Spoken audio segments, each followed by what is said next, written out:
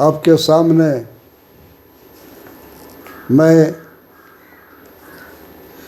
भीमराव अंबेडकर जी का एक निबंध है, श्रम विभाजन और जाति प्रथा के संबंध में कुछ कहना चाहता हूँ।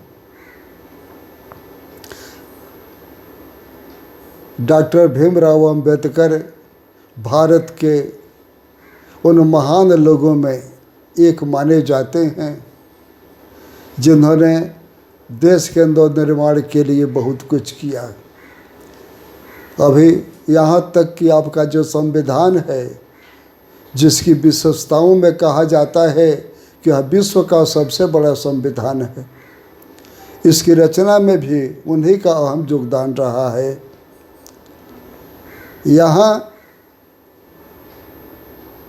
श्रम विभाजन और जाति प्रथा से तात्पर्य ये हुआ, निबंध का सारांश इससे तात्पर्य ये हुआ कि पहले जाति प्रथा नहीं थी। यूँ तो इस देश का इतिहास देखा जाए तो आज जो लोग यहाँ पर सभ्य हैं, जो पढ़े लिखे कहे जाते हैं, समाज में जिनका विशेष स्थान है, उन्हें छोड़िए। जो आज भी ईंटा ढोने का काम करते हैं, जो जंगलों में जंगली जीवन व्यतीत करते हैं, इस देश के तो मूल निवासी वे हैं, तभी तो उनका नाम आदिवासी है। हिमालय के उस पार मंगोलिया टस्मानिया से आर्य लोग आए, दक्षिण से पहले द्रविड़ आए थे। द्रविड़ आए तब आर्य आए, संस्कृति यहाँ पर मिलती गई और यह एक मिश्रित संस्कृति का देश बना। उस समय जाति नहीं थी। धीरे धीरे काम के आधार पर जब श्रम विभाजन हुआ तो श्रम के आधार पर जाति का नाम लोगों ने रख दिया। जाति का नाम कहीं परमेश्वर के यहाँ से नहीं आया है, शास्त्रों से नहीं है। श्रम विभाजन हुआ, कौन किस काम में दक्ष है वो कौन काम करेगा, उस काम के अनुसार नाम रख दिया गया जाति का।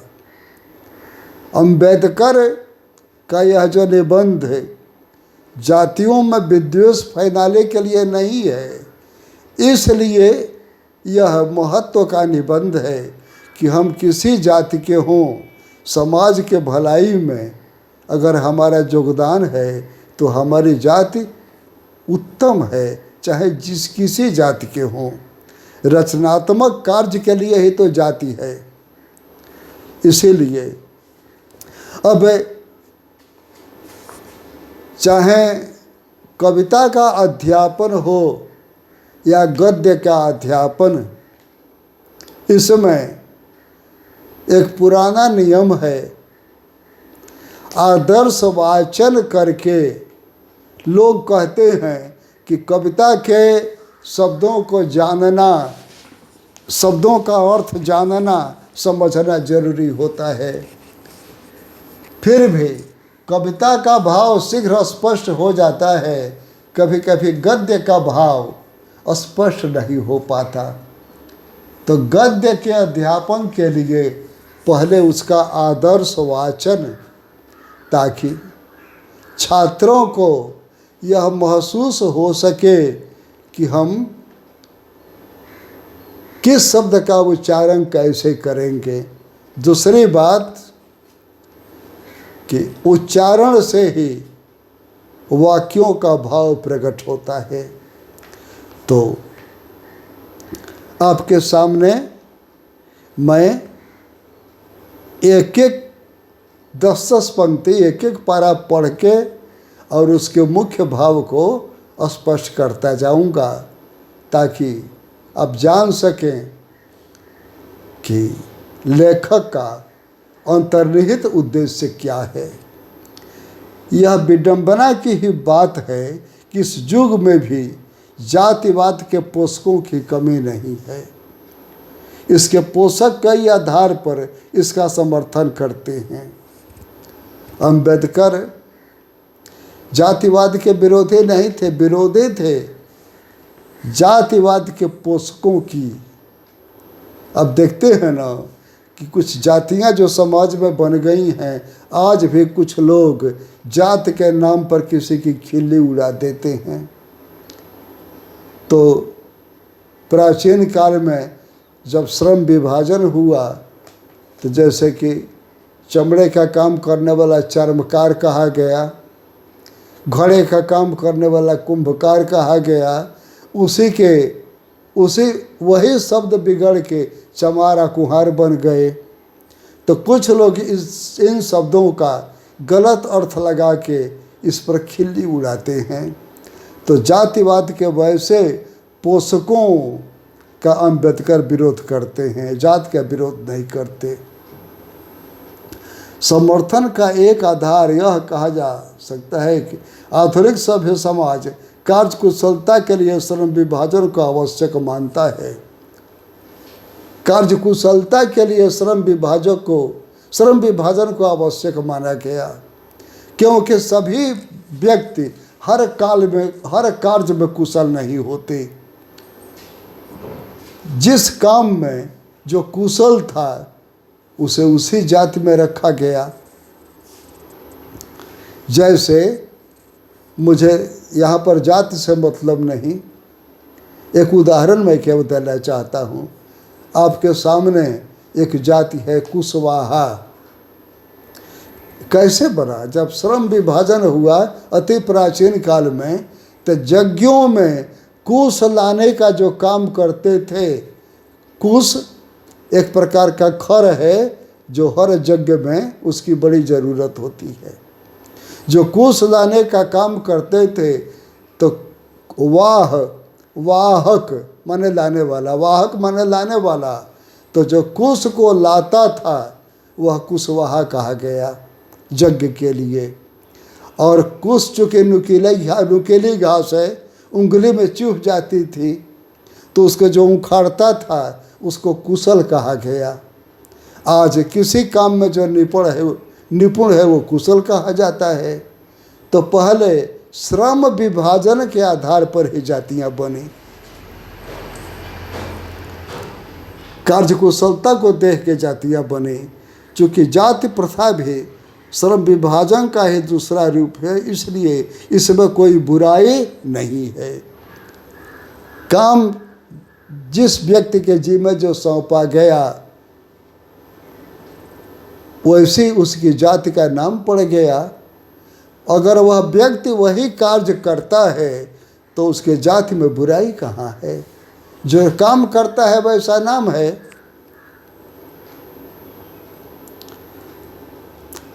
तर्क के संबंध में पहली बात तो यही आपत्तिजनक है कि जाति प्रथा श्रम विभाजन के साथ साथ श्रमिक विभाजन का भी रूप लिए हुए है। इसमें जाति में बुराई नहीं, जाति प्रथा में तर्क की बात नहीं। तर्क की बात ये है कि श्रम विभाजन के नाम पर जाति बने और आज श्रमिकों में विभाजन जाति के नाम पर हो जाता है। यह तर्क न किया जाए कि आप इस जाति के हैं तो आपको यही काम करना चाहिए। यही तर्क बुराई का कारण बनता है जब किसी विशेष जाति वाला कोई दूसरा काम करता है तो उस पर उंगली उठाई जाती है। प्राचीन काल में तो जो जैसा काम करता था वैसी जाति बना दी गई, लेकिन आज चूँकि पढ़ लिख के सभी आगे बढ़ रहे हैं तो श्रम विभाजन के नाम पर जाति बनी ठीक, लेकिन श्रमिक जो मेहनत करने वाले हैं उनमें विभाजन न किया जाए कि आप इस जाति के हैं तो आप ये काम मत करें। ये करना उचित नहीं है।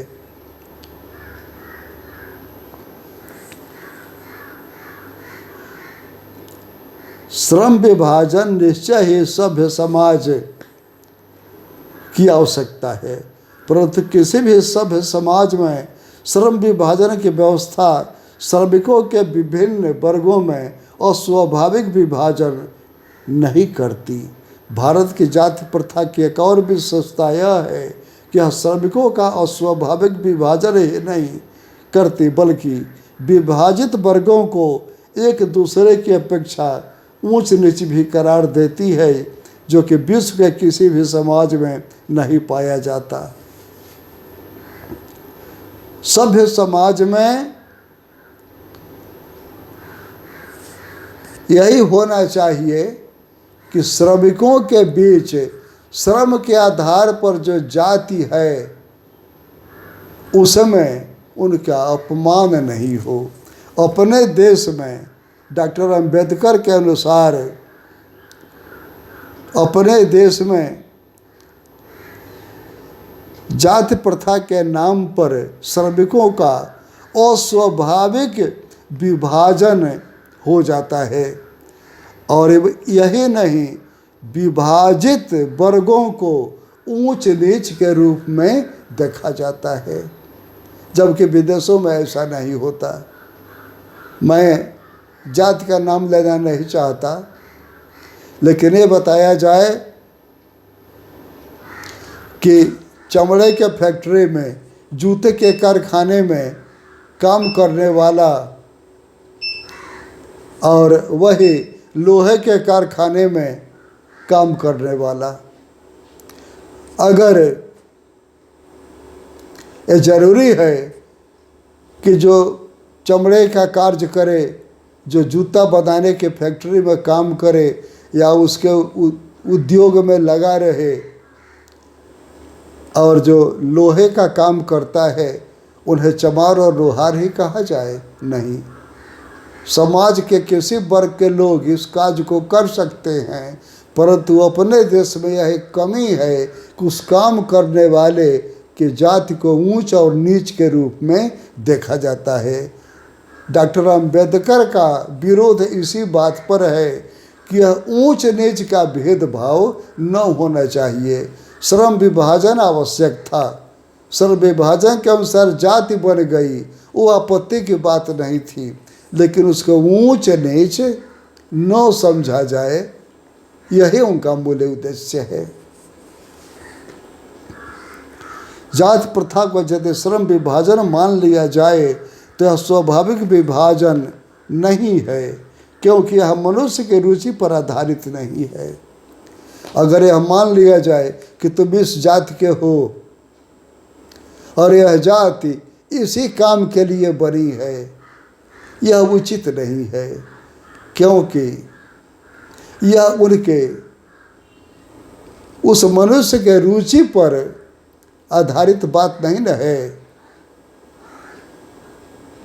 हो सकता है कि उसकी रुचि दूसरे कार्य में हो और उसकी जाति दूसरी है, तो उसे तुच्छ के रूप में देखना यह उचित नहीं। अंबेडकर का कहने का भाव यही है। कुशल व्यक्ति या सक्षम व्यक्ति समाज का निर्माण करने के लिए यह आवश्यक है कि हम व्यक्तियों की क्षमता इस सीमा तक विकसित करें जिसे वह स्वयं अपने पेशा या कार्य का चुनाव स्वयं कर सकें। आज जाति के आधार पर कार्य करने की अपेक्षा श्रेयस्कर क्या है? व्यक्ति के रुचि पर छोड़ दिया जाए, वह जिस काम को करने में सक्षम है, जिस कार्य को करने में उसकी रुचि है, उसकी चेष्टा है, वह वही कार्य करे। जाति के आधार पर यह बताया जाए कि ब्राह्मण का कार्य शास्त्रों में लिखा गया कि पढ़ना और पढ़ाना, लेकिन जो अनपढ़ होगा क्या पढ़ेगा क्या पढ़ाएगा? तो वह एक उदाहरण मिलता है कि एक बार एक व्यक्ति से बिना पूछे अकबर ने पूछ दिया, बादशाह अकबर उसको पहचानता नहीं था, पूछ दिया कि वो कौन सा आदमी है जो देवता भी है, दूसरों का भोजन भी बनाता है, दूसरों का पानी भी भरता है और दूसरों की गुलामी भी करता है। तो उस लड़के ने तपाक से जवाब दिया कि वो अनपढ़ ब्राह्मण है, जाति से वो ब्राह्मण है, महान है, लेकिन वो अनपढ़ है, तो किसी का पानी भरेगा, किसी का खाना बनाएगा, किसी का झाड़ू लगाएगा।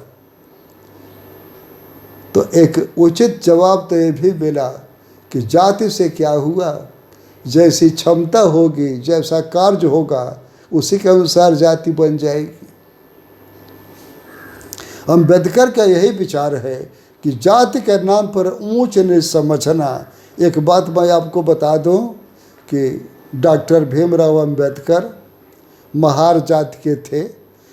उस क्षेत्र में जहाँ के वे निवासी थे उस जाति को अछूत माना जाता है, और उनके हृदय में तत्कालीन समाज को देख के, अब तो समाज बहुत बदल चुका है, तत्कालीन समाज उनके समय में कुछ ऐसी भावनाएं समाज में थी जिसमें जाति को ऊंच और नीच के रूप में देखा जाता था। इसलिए ऐसा निबंध लिखने को बाध्य हुए।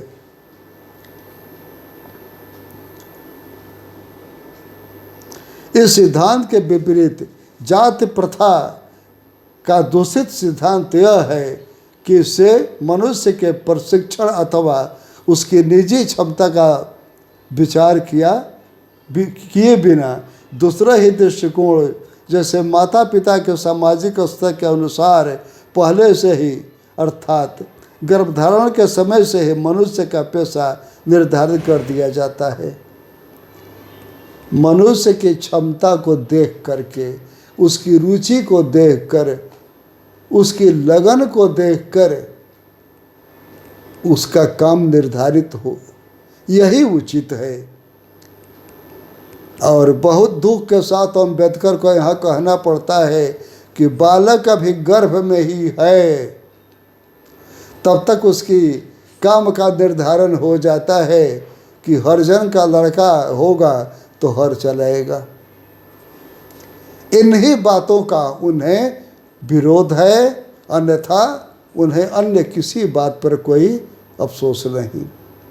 ऐसा होता था पहले, आज के समाज में ऐसी बात नहीं है, क्योंकि निबंध उनका लिखा हुआ न है। आपके सामने मैं उदाहरण दे दूं कि अंग्रेज जब हिंदुस्तान में थे, एक अंग्रेज अफसर का वो क्या था, चपरासी था। चपरासी डिब्बा में मिठाई लेके आया, अपने साहब के पास मिठाई रख दिया, पैर छू के सलाम किया। अफसर बोला क्या है? तो सर, आपके परिवार के लिए दूसरा नौकर रात में पैदा हो गया है। उसका बेटा रात में पैदा हुआ, तभी वो सोच लिया कि साहब के लिए दूसरा नौकर तैयार हो गया। वही भावना पहले थी, जबकि गर्भ में से बच्चे निकलते थे तभी लोग सोच लेते थे कि एक और मजदूर तैयार हो गया। यही विरोध का मुख्य कारण है। इंसान की क्षमता को देखना चाहिए, उसकी अभिरुचि को देखना चाहिए, तब उसके कार्य का निर्धारण समाज को करना चाहिए। अम्बेडकर का यही विचार है। जात प्रथा पेशे का दोषपूर्ण पूर्व निर्धारण ही नहीं करती, बल्कि मनुष्य को जीवन भर के लिए एक पेशे से बांध भी देती है। भले ही पेशा अनुपयुक्त या अपर्याप्त होने के कारण वह भूखों मर जाए, तो पहले, आज तो ऐसी बात नहीं है, लेकिन पहले ऐसी बात थी कि जन्म के पहले ही लोगों को एक खास पेशे से बांध दिया जाता था। इस जाति में जन्म हुआ है, इसको यही काम करना होगा, भले उसके रुचि का वो काम हो न हो, भले उस कार्य से उसका पेट भरे न भरे। वह संसार में आया है तो जीवन जिए या घुट घुट के मर जाए, लेकिन उसे खास काम से बांध दिया जाता था।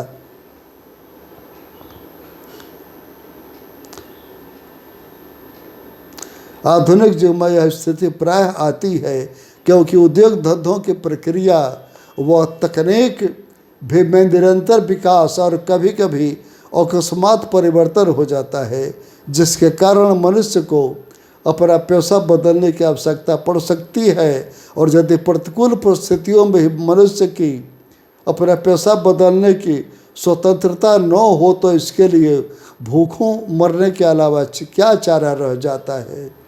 आज के युग में, पहले भी ऐसा ही होता था। उस पेशा से जब गुजारा न हो तो पेशा बदलना पड़ेगा। कोई जूता बनाने का कार्य करता है जात के अनुसार, लेकिन उस जूते की अगर बिक्री न हो, समाज में उसकी मांग नहीं हो और वही वो बनाता रहेगा तो यही मेरा काम है, तो उसका वही भूखों नहीं मरेगा, परिवार भूखों मरेगा।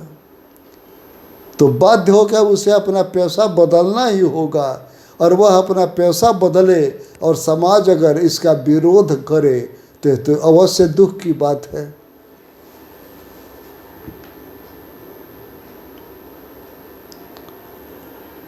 हिंदू धर्म की जाति प्रथा किसी भी व्यक्ति को ऐसा पेशा चुनने की अनुमति नहीं देती है जो उसका पैतृक पेशा न हो, भले ही वह उसमें पारंगत हो। तो अम्बेडकर कहते हैं कि हमारे मजहब में, हिंदू धर्म में जो जाति व्यवस्था बनी है उसमें यह स्वतंत्रता नहीं है कि इंसान वही पेशा चुने जो उसका हृदय कहे। वहाँ पर कुछ बाध्यता है कि अगर उसका वो पैतृक पेशा है तो उसको वही काम करना चाहिए, भले ही वह उसमें पारंगत हो। मैं कहता हूँ, बढ़ई का पुत्र बढ़ई कारपेंटर का काम करता है, अक्सर ऐसा होता है, लेकिन अगर उसमें, उस लड़के में यंत्रों से रुचि है, इंजीनियरिंग से रुचि है, तो उसे क्यों बाध्य किया जाए लकड़ी का ही काम करने के लिए। उसे आगे बढ़ने का मौका मिलना चाहिए ताकि उसमें उसकी क्षमता का विकास हो सके। जरूरी नहीं कि पैतृक पेशा ही हर व्यक्ति अपनाए।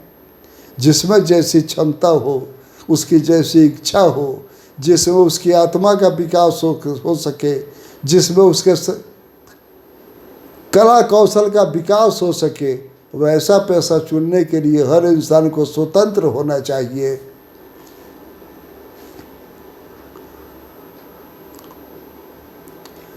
तो जाति प्रथा भारत में बेरोजगारी का एक प्रमुख और प्रत्यक्ष कारण बनी हुई है, इसीलिए कि जब तक जाति के नाम पर श्रम का विभाजन होता रहेगा, बाध्य हम होते रहेंगे कि हमें इस जाति के हैं तो हमें यही करना है, तब तक बेरोजगारी की समस्या तो बनी ही रहेगी। अरे रोजगार तो तब न हुआ जब उस रोजगार के बल पर हम खुद जी सकें, अपने परिवार को जिला सकें। जब अपना ही पेट चलाना उस पेशा से दुष्कर हो जाए तो वह जीवन बेरोजगारी का जीवन है। इस प्रकार हम देखते हैं कि श्रम विभाजन के दृष्टि से भी जाति प्रथा गंभीर दोषों से युक्त है। जाति प्रथा का श्रम विभाजन मनुष्य की स्वेच्छा पर निर्भर नहीं रहता। इस प्रकार जब जाति के आधार पर श्रम का विभाजन किया जाएगा तब तो यह दोषों से युक्त है, क्योंकि इसमें मनुष्य की इच्छा का कोई महत्व नहीं। जिस जाति में हम जन्म लिए हैं वही काम हमें करना है। अगर यही भावना बरकरार रही तो हमारी इच्छा का कोई महत्व नहीं रह जाएगा। मनुष्य के व्यक्तिगत भावना तथा व्यक्तिगत रुचि का इसमें कोई स्थान अथवा महत्व नहीं रहता। इस आधार पर हमें यह स्वीकार करना पड़ेगा कि आज के उद्योगों में गरीबी और उत्पीड़न इतनी बड़ी समस्या नहीं जितनी यह कि बहुत से लोग निर्धारित कार्य करने को अरुचि के साथ केवल विवशता बस करते हैं। आज बेरोजगारी है, उत्पीड़न है, कष्ट है। क्यों? इस जाति प्रथा के चलते बहुत से लोग बिना मन के उस काम को करते हैं जो उनको दे दिया गया। ये जान लीजिए, ये स्थिति आज की नहीं है, लेकिन पहले ऐसी स्थिति थी, इससे इनकार भी नहीं किया जा सकता।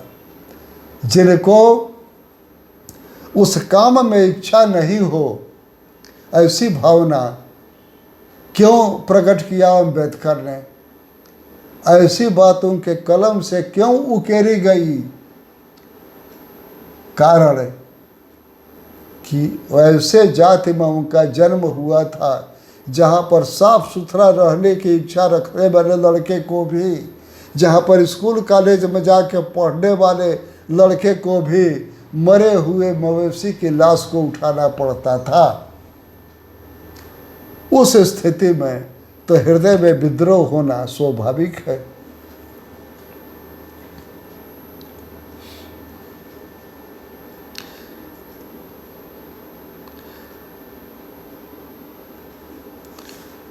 इसी स्थिति स्वभावतः मनुष्य को दुर्भावना से ग्रस्त रहकर टालू काम करने और कम काम करने के लिए प्रेरित करती है।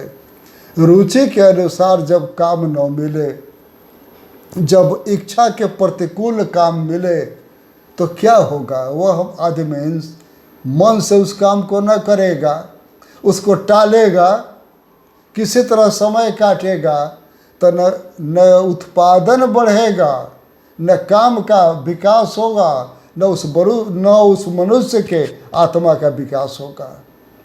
इसीलिए जाति के आधार पर श्रम का विभाजन नहीं हो, श्रम का विभाजन व्यक्तिगत इच्छा, उसकी रुचि, उसकी कार्य कुशलता और कार्य क्षमता के अनुसार हो।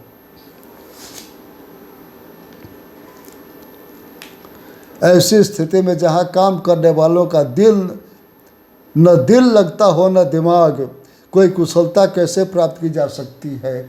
जो काम हमें दे दिया गया उसमें हमारा मन नहीं लगता है, हमारे दिमाग में वो काम बैठता ही नहीं, उसको हम बढ़िया से कैसे करेंगे?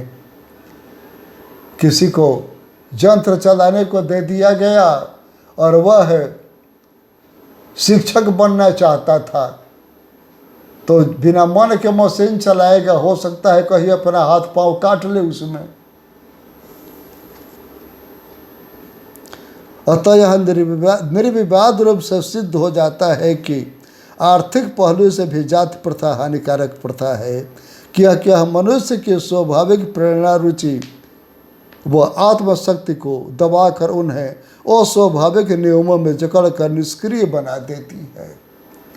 इस प्रकार ये सिद्ध होता है कि यह जाति प्रथा केवल अरुचि उत्पन्न करने वाली ही नहीं, रुचि के प्रतिकूल जब काम करने के लिए बाध्य किया जाए कि तू इस जाति में जन्मा है, तुम्हें यही करना है, तो वह इंसान अकर्मण्य हो जाएगा। हृदय वो करना चाहेगा नहीं, दूसरा काम मिलेगा नहीं, तो वह अकर्मण्य हो जाएगा, उसमें शिथिलता आ जाएगी, उसकी क्षमता नष्ट हो जाएगी। अब मैं समस्या के रचनात्मक पहलू को लेता हूँ। मेरे द्वारा जाति प्रथा की आलोचना सुनकर आप लोग मुझसे यह प्रश्न पूछना चाहेंगे कि यदि मैं जातियों के विरुद्ध हूँ तो फिर मेरी दृश्य में आदर्श समाज क्या है? अम्बेडकर साहब खुद कहते हैं कि जाति प्रथा का विरोध जब मैंने किया तो आप हमसे पूछ सकते हैं कि तब सामाजिक जो व्यवस्था आपको दोषपूर्ण दिखाई पड़ती है, इसका आदर्श रूप क्या है? समाज में एक आदर्श कैसे कायम होगा?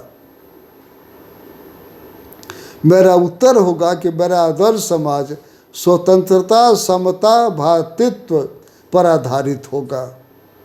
अम्बेडकर कहते हैं कि मेरे दृष्टिकोण से वही समाज आदर्श समाज होगा जिसमें सभी स्वतंत्र हों, सब में समता की भावना हो, सब में भ्रातृत्व की भावना, एक दूसरे को अपना भाई समझें। इस भावना पर जो समाज आधारित होगा, सभी कार्य अपना करने के लिए स्वतंत्र हों, सभी एक समान हों। सर्वे भवन्तु सुखिनः, सर्वे सन्तु निरामया, सर्वे भद्राणि पश्यन्तु, ना कश्चित दुख भाग भवेत्। ऐसे जब समतामूलक समाज की रचना की जाएगी तो वहाँ जाति विभेद का विद्वेष नहीं रहेगा। क्या ठीक नहीं है? भ्रातृत्व अथवा भाईचारे में किसी को क्या आपत्ति हो सकती है? किसी भी आदर्श समाज में इतनी गतिशीलता होनी चाहिए जिससे कोई भी वांछित परिवर्तन समाज के एक छोर से दूसरे छोर तक संचारित हो सके। जब समाज में भाईचारे की भावना रहेगी, भ्रातृत्व की भावना रहेगी, एक दूसरे से मिलजुल की भावना रहेगी, तो एक आदर्श जो एक कोने में उत्पन्न होता है समाज के इस छोर से उस छोर तक पहुंच जाएगा।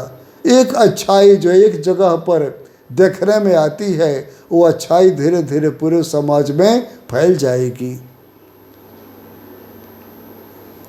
ऐसे समाज के बहुविध हितों में सबका भाग होना चाहिए तथा सबको उसकी रक्षा के प्रति सजग रहना चाहिए। ऐसा समाज बने जिसमें सबके भलाई पर ध्यान दिया जाए और वह भलाई सबकी सदा होती रहे, इस पर सबकी सजग रहें। सामाजिक जीवन में अबाध संपर्क के अनेक साधन व अवसर उपलब्ध रहने चाहिए। हम सामाजिक जीवन में जो जी रहे हैं सबसे सबका संपर्क हो, कोई अछूत नहीं हो, कोई अवर्ण नहीं हो, कोई सवर्ण नहीं हो, सब एक दूसरे से मिलते जुलते रहें और सबके काम में सबका सहयोग अपेक्षित हो, तभी आदर्श समाज बन सकता है। तात्पर्य है कि दूध पाने के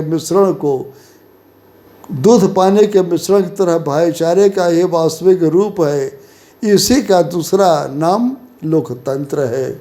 जैसे दूध और पानी मिल जाते हैं तो वह देखने से अलग नहीं जान पड़ते, उसी तरह है समाज के हर वर्ग में भाईचारा हो, छुआछूत का भेद नहीं हो, बड़े और छोटे का भेद नहीं हो, एक दूसरे को अपने बराबर समझें, सब एक दूसरे को अपने समान समझें।